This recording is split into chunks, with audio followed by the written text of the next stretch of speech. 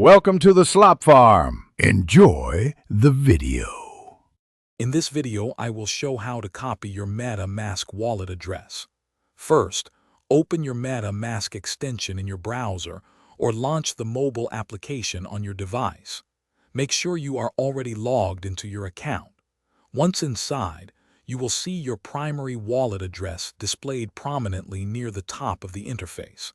This is the address you will need to copy for transactions.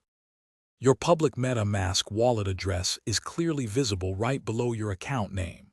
It always starts with 0x and is followed by a unique, long string of alphanumeric characters. To copy it, simply click directly on this address.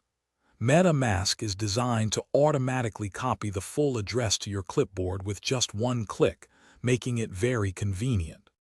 After clicking, a small confirmation message like "Copied" might briefly appear to let you know it was successful. Now, you can paste this address into any field where you need to receive cryptocurrency or NFTs. It's crucial to always double-check the pasted address against your Metamask wallet to ensure accuracy before finalizing any transaction. This simple step helps prevent errors. Remember, your public wallet address is safe to share for receiving funds, but never, ever share your private key or secret recovery phrase with anyone.